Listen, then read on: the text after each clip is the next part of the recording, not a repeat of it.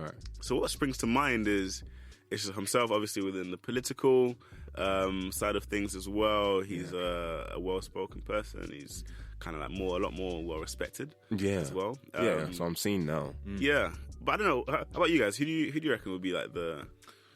Do you mean English player or just any UK-based player? Well, it was your question. Yeah. Oh, yeah. When you say you guys, I'm like, you're throwing it back at me, but now let me ask. Well, in the UK, I think it would have to be Sterling, because I don't really see any other footballer in the UK with a personality. I'm just thinking about older footballers, like in the top teams. Like, there's no one at Liverpool that I'd bother even looking at, much less following what they had to say about anything, much less style. Like, and you imagine, what do you eat in Liverpool? Nothing. I was just being honest. And then, Manchester, no. Chelsea, no, not really. Tottenham, no. Even Arsenal. Like, I'm an Arsenal, but like... got Aubameyang. You got Aubameyang that seems like he's a bit cool. He's a bit dressy, he's a bit flashy. He's got some style to him. Yeah, man. Pogba? Would you say maybe not at the forefront now? No, but when he first came and he had his kind of relationship with Zlatan, when they were very much very iconic the way they embraced each other, kind of thing. But now he's falling off. Like he, if you were to make a guesstimation of Pogba about what he wants to do next, just based off of his social media, he wants to leave. He's done with he's done with England. He's done. His interaction with like the public, it's dead. Is it? So, I don't really follow him. I do, but he doesn't. He's not vocal. He doesn't want to be himself anymore because he just can't be bothered anymore with the backlash he's gonna get. So it's like it's the drama, and that's the thing now. Like Raheem Sterling, like did you see that video he put on Instagram with his son? What, playing football? Playing football. Yeah, my son needs to do that. Exactly. And that's the thing, that's the some kind of thing that you want to see, and it makes you feel, okay, he's a normal guy, he's got kids, and dad, he's like, he's out there. But no one else in the Prem. Yeah, I agree with that. I really do agree with that. Like, why we can't be killing our footballers over here? Like, it's not fair. No, this is British media though, man. Like they try, and I think they used to have the view that they would like build the players up and they would get them to the point where they're sort of national heroes, like a David Beckham sort of thing, and then just crash them down as quickly as possible. I don't know what they get out of it. It's just some twisted kick. They must just enjoy seeing it. But trust me, and it's just so boring. Like even the commentators, everyone is so politically correct. They're just. Apart from Roy Keane. Yeah, a bit more like, and Jose Mourinho. Yeah, like when he comes on stage, he's always like, he doesn't care. He just says what he says. Yeah, exactly. And that is just so refreshing. I think that's why like the Arsenal Fan TV and all the other ones, they grew so quickly because it was just real commentary. Exactly. Although maybe not trained journalists and whatnot, but it was just people who had an opinion. Or being themselves. You know who my favorite commentator now, and it's the maddest thing. Yeah, have you guys heard of Pundit J? No, but Pundit J does commentary on the Manchester clubs. Yeah, and is it a YouTube thing? No, it's a Twitter thing, and he is brilliant. And he's shout out to Pundit J. The way he actually does his commentary on what you see in those games, he makes you. It's funny, but it's correct. It's accurate. He should be on TV. Going back, another question I've got for you. Outside of football, are there any other sports where you feel that there is an influencer market, or is it like someone that you can say will make their fans or their followers do something? So is that in the UK? Yeah, in the UK. So outside of sports? Outside of football specifically? Yeah. So there's a few. I think obviously it depends on the events. A lot of it is very event focused. So obviously not touching on football, but like when the World Cup is on, it's a lot about the World Cup players. Okay. When the athletics is on, so the championships just finished not too long ago. Yeah. And obviously Katrina Thompson, yeah, she nailed it. So she has quite a good, decent following. Yeah. But it's never going to be compared to the numbers that football specifically have. Unless you're talking about Usain Bolt, Mo Farah, like even then it's like it's not even eclipsing half of what the influence that football has, just purely because of the amount of money that's in it, the distribution on Sky, on BT, on all these other broadcast channels. So not rugby, not cricket. Doesn't compare. Unless it's like NBA, NFL, NHL in the States, then it's really and maybe like La Liga. Okay, But then that's still football. Yeah. So unless it's I'm even struggling. Minus the NBA. there's no other kind of sport out there that even is comparable. No, definitely. So it's like NBA, NHL, and NFL. Yeah. But what about Europe? Football's number one. Hands far. There's just no. That's it. That's it. That's pick-up sport thing, isn't it? I was about to say that. I mean, if it's the sport that everyone just plays from the moment they're born, it's obviously going to come out of the womb, play football. Put a ball in front of you. It's going to be the one, isn't it? It's going to be the one that everyone loves the most. So okay, quite another question: women's football. What's the impression? What's the influence marketing? Where do you see it going? Forward. I think it's gaining momentum, especially because we're viewing it more. So I used to think I could be better than a professional female football player. After watching the FA Cup final with Man City and Arsenal, I don't think I'm better than loads of them.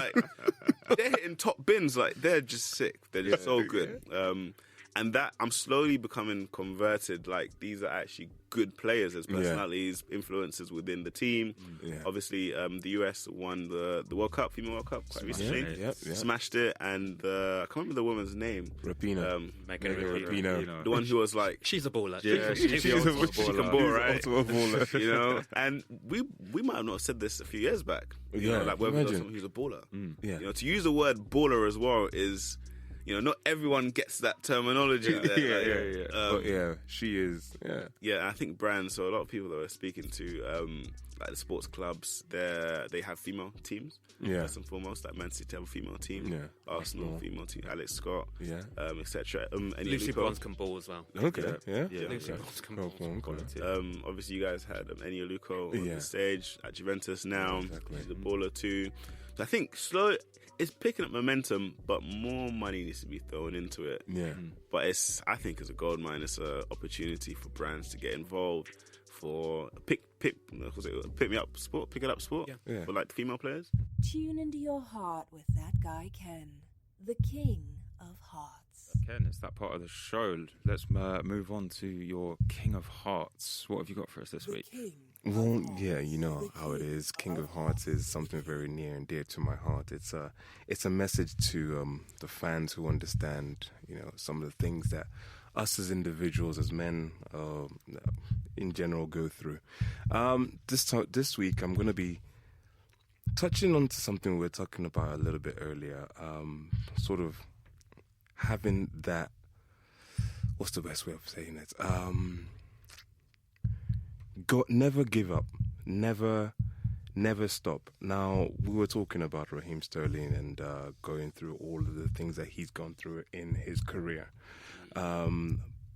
Obviously, when he left Liverpool, he had to deal with all of the baggage that came with leaving Liverpool, the pundits saying the worst things about him, attacking him in social media, the media doing everything that they were trying to do to sort of ruin and discredit him. But he kept his focus.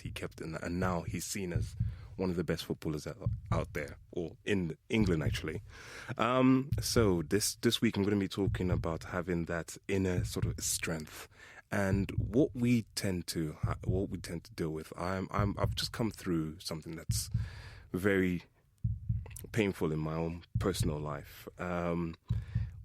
About 3.5 months ago, went through something and I realized that I was in a very, very bleak place. And I think a lot of men find that we come to a point in our lives where we too come to some kind of bleak inner struggle or external struggle that really determines who we are and how we change it. And we have to find the strength to actually get through these things.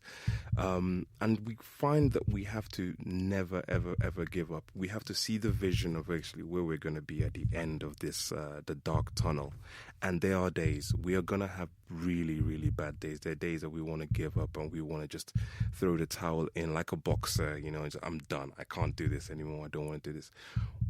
we have to understand that through the dark days, I think there's a comment that says through the dark days and through the darkest nights. I don't know if you guys know. You probably know where I'm coming from, but there's a comment or phrase that follows up from that part, that there will always be a shining light. There will always be the brightest light at the end of the tunnel. And sometimes it's very, very hard to see. But with us guys, we have come to have to fight an inner turmoil, an inner battle that will rip you to pieces. It will rip you to shreds. It will make you not want to go through, wake up in certain mornings. Sometimes I've had friends tell me that they've gone through depression because some of the instances and some of the deep things that they've had to go through. And it's always having to come back and say, look, find the strength, find the encouragement within yourself. You have to find that inner motivation, that inner inspiration to keep working, to keep going for it. Because if you know that there's going to be something at the end of the line, that you're going to actually come out and it's going to be okay. Sometimes what you think is going to happen at the end is not even an iota. It's not even a percentage of how good where you actually become. Because once you learn who you are, you go through it, everything becomes so much easier. And what you learn from the experience, the pain that you learn through the experience, the lesson that you learn through the experience here makes you tougher and stronger for so much more bigger and better things. And life actually becomes a little bit easier, a little bit more blessed. I mean, that's where I am now.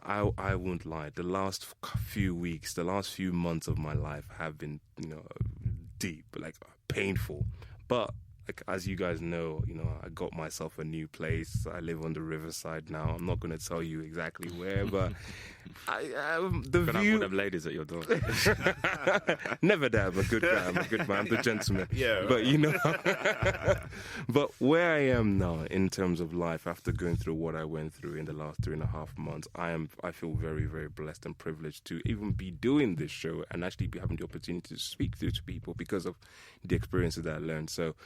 I just want to say thanks to the team here at Beats and Balls, but also to some of my listeners and some of the friends and some of the people that have just encouraged me to keep going and keep fighting and become,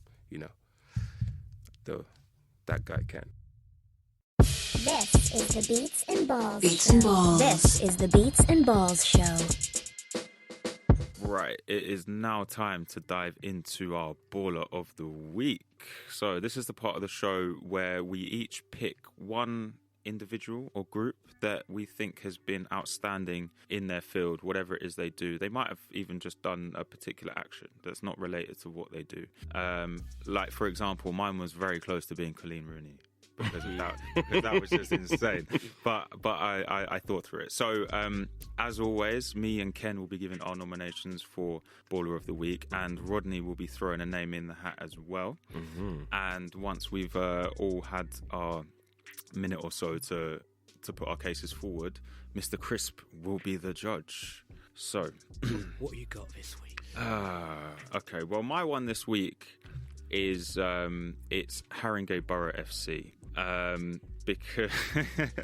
Because so that basically they were playing a FA Cup. It was one of the early rounds of the FA Cup against Yeovil Town, and their goalkeeper reported that he was being spat at, and he was hit by a bottle, and he was being racially abused by the fans behind him. I think they were Yeovil fans. And so the game was abandoned. His team, Haringey Borough FC, decided that enough's enough, and they walked off the pitch. They did what I feel the England team should have done against Bulgaria. And yeah, I just wanted to praise them, give them a minute. I think Haringey Borough need to be Haringey Ballers FC. Also, just a quick note as well, the Yeovil fans... there's been reports that Yeovil fans have said they're going to abandon the rematch. They're going to boycott the rematch of this game because of things that have been said about their club in the aftermath of this. And I just think, suck it up, guys. If you support any team, there's going to be times where the public don't like your team as a whole, the general consensus. Now, okay, there might have been a couple of racists, but generally speaking, that will tarnish your club.